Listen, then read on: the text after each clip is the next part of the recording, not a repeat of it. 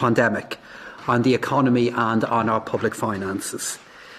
They confirm that measures introduced to protect the public health have resulted in a severe contraction in economic activity, both domestically and internationally. However, they also demonstrate the variety within the Irish economy, and they do show some signals that we will need to see if they play out in June to form a fuller view of the impact of COVID on our taxation and on our expenditure measurements. Overall, where we are at the moment is that the pandemic continues to have a very negative impact on the public finances. Total gross expenditure is €31.5 billion to the end of May, and this represents an increase of just under €5.5 billion, or 21%, compared to this time last year, mainly due to the significant increase in spending on health and social welfare. Tax revenue in the first 5 months of the year were €21.7 billion, which is the same amount as was collected last year. With the exception of corporation tax, receipts from all other tax heads are down this month. Taken together, these spending and taxation developments mean an Exchequer deficit of €6.1 billion in May. This deficit reflects the extraordinary measures that the government has taken in recent months to support companies and workers so that we can limit income loss and preserve economic activity and living standards.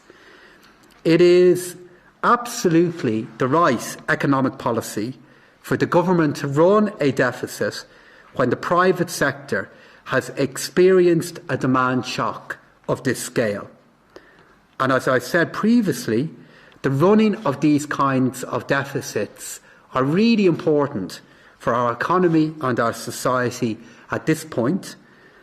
And I also want to acknowledge and emphasise the importance of returning our public finances to a sustainable position over the medium term. The budgetary impact of the measures we have taken during this crisis will, in a large part, be addressed by the economic recovery. Tax receipts will recover, citizens will return to work, and public expenditure will return to more ordinary levels. But it is still the case that there will be a long-term cost to the state for these measures, and that cost over time will have to be addressed. The right budgetary policies over the medium term will do much of the heavy lifting. Sustainable and steady increases in public services and living standards, underpinned by sustainable economic growth, continues to be the best way of correcting our budgetary imbalances. If I turn to income tax first, while analysis of the data is still ongoing, for now, the sectoral breakdown of those who are claiming the pandemic unemployment payment and the temporary wage subsidy scheme, combined with the progressivity of our income tax system, is having an effect on our income tax receipts in May. Overall, income tax is down €137 million, or 7.8% compared to this time last year. In contrast, PRSI receipts declined by close to 16% in May, and PRSI reflects a more comprehensive picture of the labour market, given that it applies to all workers, whereas some workers pay little or no income tax. Workers in many of the worst affected sectors have suffered greatly during this crisis. But in other times, thanks to our highly progressive income tax system and the fact that this was protected in recent years, it is still the case that employees in these brackets pay less tax as a percentage of their salary than would be the case in other European countries.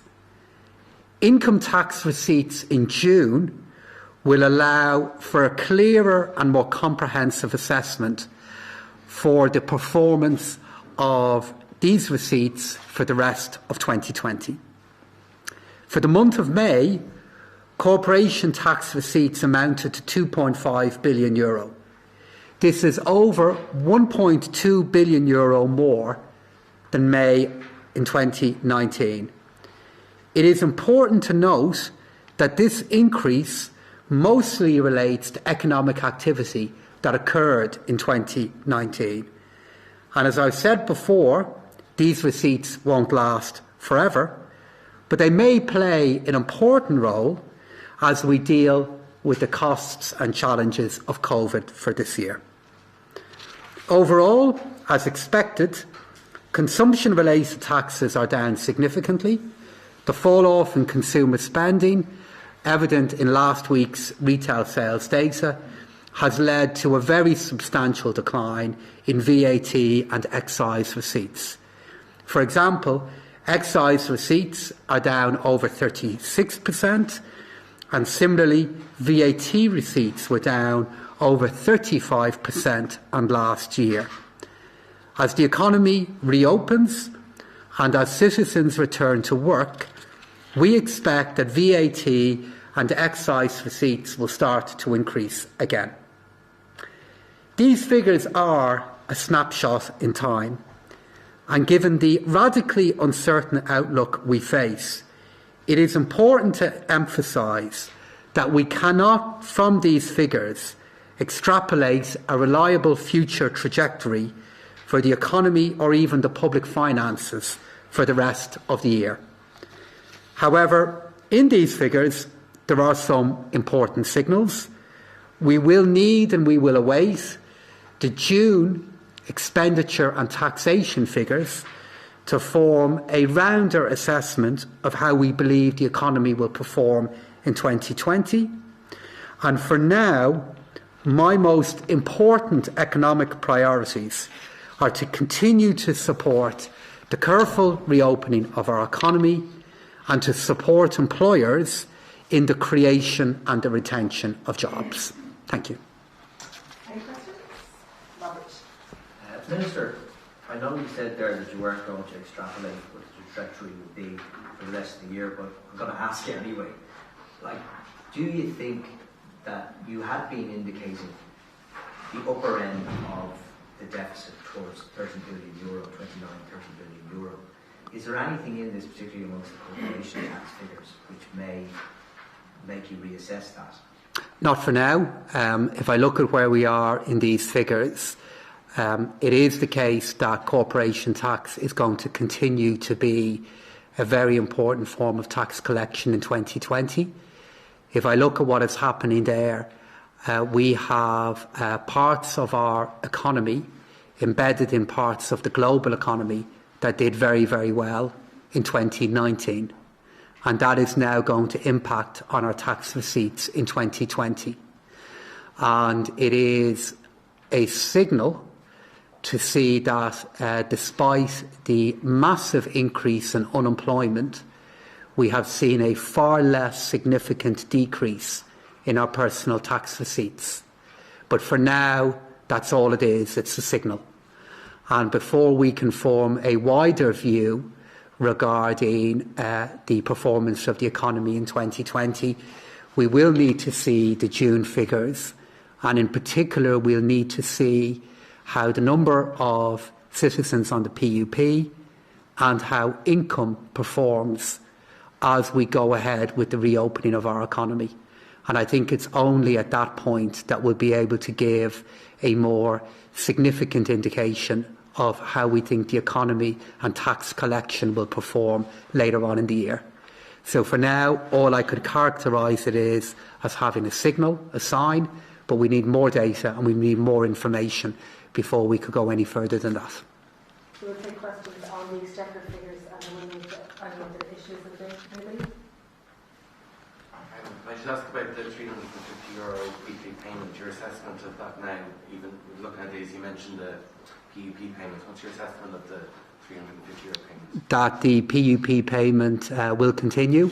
It will continue beyond the planned closure date, which is coming up very soon. It is the case that we do have some issues in relation to that payment that we need to consider. The Department of Social Protection now have another week's of information in regarding the number of citizens that are moving off the PUP, and the government will be using that information to inform a decision that we make, and we'll be making that decision then in the coming days. And what we'll be able to do is provide a signal to our economy regarding how long the PUP will continue, and if during that period of continuation, if and what kind of changes are going to happen to us. Just in terms of corporation tax going forward, you said it's going to remain an important position for revenue, obviously. Have you any transparency, or are you able to see into the next 6 months and get some sort of guide on what those receipts might look like beyond what the Department has already forecast? Well, I am indicating that we do believe that from a corporate tax point of view, we will have a further strong year of receipts in corporation tax. In the work that I did towards the end of last year and in the early part of this year, it appears a lifetime ago now, I was projecting a decline in corporation tax receipts into the future. And what we are seeing now is that if and when we have a strong month in May, it is normally a sign of a strong performance later on in the year, and in particular a strong performance in November and December. It is now our expectation that corporation tax will perform well for us this year. But from my point of view, as important as that development is, the key development that we will be tracking is what will be happening with taxation in relation to personal tax, income tax and USC, because that is an absolute indicator of how our economy is performing here at home, and an indication that personal taxes and personal tax receipts are falling at a slower pace than the rate of unemployment is rising in our economy. If that were to continue in June, it would provide a foundation upon which we would be able to make further policy decisions. Minister, you spoke of the cost of the measures in the last few weeks and months to be paid back over time with the right budgetary policy over the medium term. What is that budgetary policy over the medium term? Is it basically used to coast to economic growth, or can you, sure you're having these discussions elsewhere, can you rule out any tax increases or spending reductions in the lifetime of the next government, given what you just said? So I am having those discussions elsewhere. In fact, I was having them today. And if I was to answer that question, it probably would influence the negotiations that are underway at the moment, because they're going to have to be answered to some degree in the kind of programme for government that we put forward, and we're working on that. Like in the statement that I made there, I indicated that I do believe that most of the changes that will need to happen in our budgetary position will be financed by what will happen with job creation and retention here in Ireland. We went through a period of really significant economic growth. Current expenditure on average only grew by around 4% per year across that period. And we did not, across that period, narrow our tax base or do anything with personal taxation that would undermine the ability of us to drive a performance in our Exchequer figures now. And that's going to continue to be my approach in the negotiations that we have underway at the moment, which is that whatever decisions that we do make have to be ones that are safe for our economy. And I do believe that most of the adjustment can be driven by growth coming back to the Irish economy and getting people back to work. There may well then be some further decisions that need to be taken in the future. But what I would emphasise is that the deficit that we're likely to have in the future is going to probably be driven by the fact that we need to have an improved public health infrastructure here in Ireland, or that we need to make changes in how we provide our public services because of the impact of COVID. It's not going to be the kind of deficit that we had a decade ago, which was driven by economic imbalances and bad decisions being made in our economy. The Irish economy went into the COVID pandemic in fundamentally good condition. we did not make expenditure and taxation decisions in the previous years that narrowed the tax base or created imbalances that could overwhelm us now. And because of that, we do have the ability to recover once we have regained our public health. Most but not all will be dealt with through job creation. Yep. And for further decisions that have to be made, the implications is that the decisions could involve spending reductions or tax increases of some sort. And that is what the next government is going to have to decide on. But if I look at what I have said about this in recent weeks and what the Taoiseach said there a couple of weeks ago, there are, across a 5-year term of office, there could well be taxation changes and decisions in relation to the management of expenditure that will need to be taken. But what is different to where we were a decade ago is most of the improvement in our national finances will be driven by getting people back to work. We are not going into this crisis with too much private credit in our economy, and we are not going into this crisis with levels of expenditure that could not be paid for with the tax base that we had before we hit COVID. And they were decisions that I and this government have made, and as we respond back to COVID, they are going to be of huge importance. And you can see a sign of that in where we are now with personal tax receipts this month. Christine. Can I just ask about the wage subsidy scheme? I know there's a decision due to be made on it shortly. There have been, I suppose, considerations given from yourself and also by the Taoiseach in terms of what that might look like for people. Just cognizant, obviously, there's a lot of people that are looking towards the next paycheck, looking at job losses perhaps, and whether they're linked to the wage subsidy disappearing overnight. You have said that it will be tapered off to a degree. Can you guarantee that there will be no cliff edge for any business in terms of when that next? The wage subsidy scheme will not be disappearing overnight, and any decisions that we make on that will try to get the balance right between unwinding the scheme and keeping jobs that are dependent on the scheme. And as we speak now, there are over 400,000 jobs that may not be in place if it was not for the existence of the wage subsidy scheme. And any decision that we make on it, and we're hoping to make an announcement that integrates the future of the wage subsidy scheme across the coming months into the future of the pandemic unemployment payment. We want to give guidance on both of those. And I'm absolutely aware that this subsidy scheme is currently keeping hundreds of thousands of our citizens in a job who otherwise may not have one.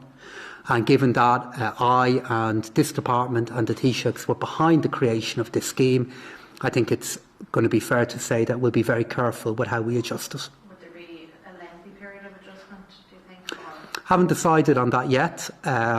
One of the things that we are trying to evaluate at the moment is we are now approaching the end of the first phase of the reopening of the economy. And in a few weeks' time, we'll be able to understand how companies who are on the wage subsidy scheme, how they change their employment and their wage levels as their part of the economy reopened. And we don't have that information at the moment. And when we have that information through, it will guide us regarding decisions that I make on the rest of the wage subsidy scheme. But concerns that employers have regarding the disappearance of the wage subsidy scheme and the effect that it will have on jobs, I absolutely understand. But that isn't the same thing as me saying that the wage subsidy scheme can continue forever, because it is a hugely significant intervention in our economy, and it is one that cannot be sustained forever, but it is one that's having a very valuable effect now, and will take great care with its future. Robert and then Paul. Minister, am I right in interpreting that if the public finances are better than you had thought a month or so ago, are you more likely to find other ways, other places to spend it, rather than making a smaller deficit this year? As we move through 2020, further decisions will be needed to support the retention of jobs that we have and get more people back to work. And they are decisions that will need to be made in the coming weeks and as we approach the summer. It is an absolute imperative for me that we get those citizens who had a job in January, who had a job in February, who are now on the pandemic unemployment payment, that we get as many of those back to work as quickly as possible. And the imperative of job creation and job retention is not only vital for our society, it's vital for driving the improvement in our public finances that I also want to see happen.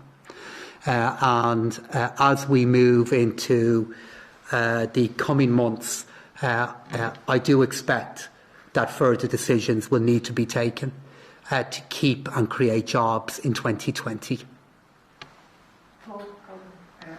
before phase one, you said that maybe up to 80,000 workers could be back at work as the economy reopened. Have you seen that happen? And with regards to phase two, would you be able to put a similar figure on how many people you might expect to see back at work from next week if everything goes to plan?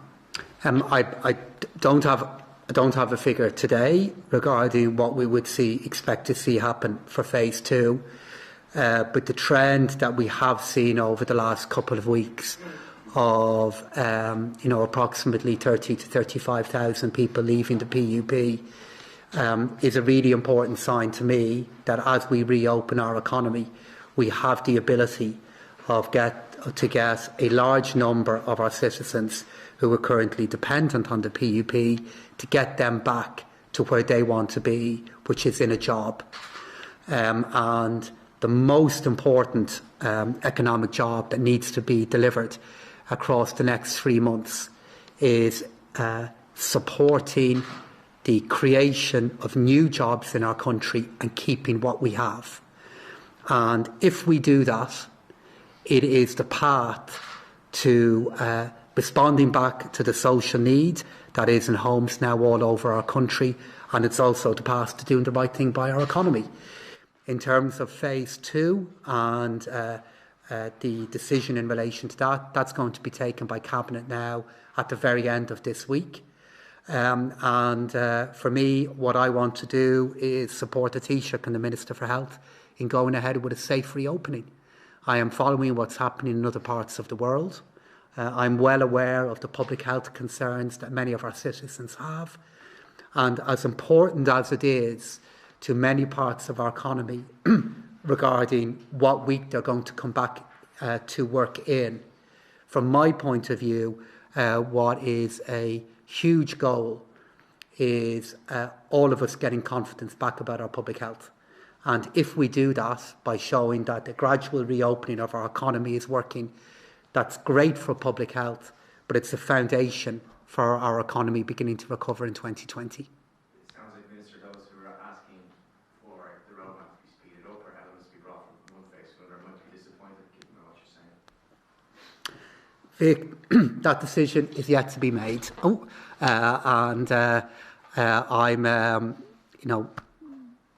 engaged and will be engaged in discussions on this later on in the week. And what we are trying to do is get the balance right between the public health of our country, our health with regard to COVID, but also getting our citizens back to work and allowing our public services to get back to a more normal way of operating. We have some big decisions in that area to be made now across the coming days.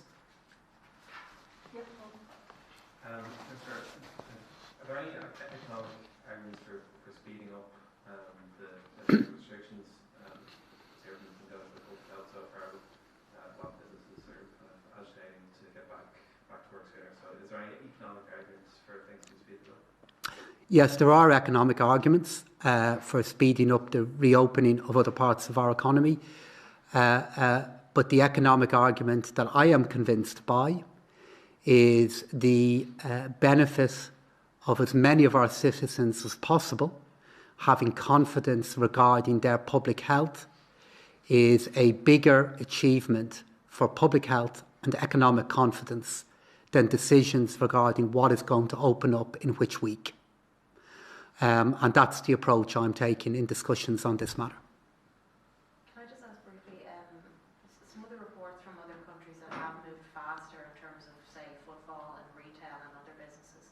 have shown that the level of predicted, people coming back to buy things is far less than they would have envisaged. Is there any concerns that you would have in terms of when we open up that actually the consumer confidence won't be there and you won't see the bounce back that you're hoping for? I mean, this is one of the trends I'm following elsewhere. And this is why I go back to the answer I just gave a moment ago. As important as it is for many businesses regarding what opens when, and I absolutely understand why it is so important to them, there is a broader economic confidence and public health achievement to be gained if, when we go ahead with the reopening of our economy, a lot of our citizens have confidence that it's the right thing for their own health.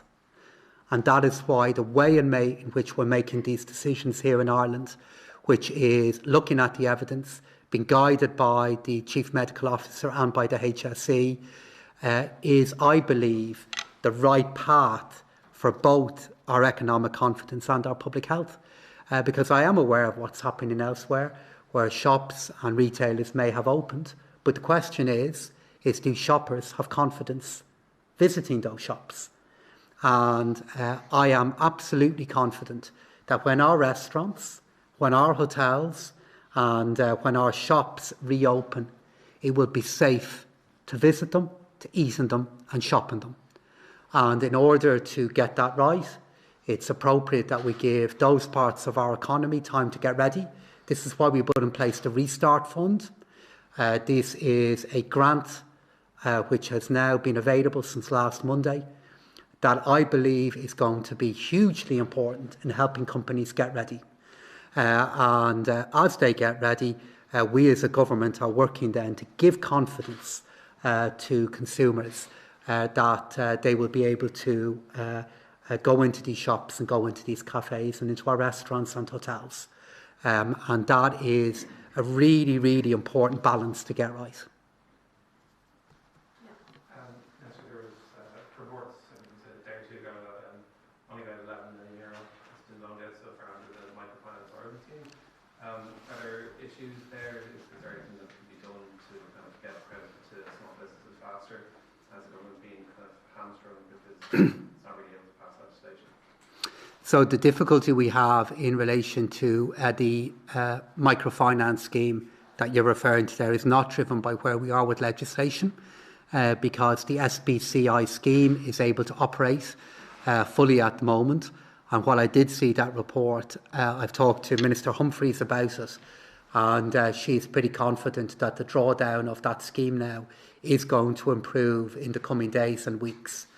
What we are looking at, though, is a credit guarantee scheme, and myself and the Department of Finance are now working with our banks regarding ensuring that the credit guarantee scheme will be effective, and that will require legislation, and that legislation will have to be passed well before the summer, because I believe it is in the run-up to the summer that the credit needs and capital needs of small and medium-sized employers here in Ireland could become clearer.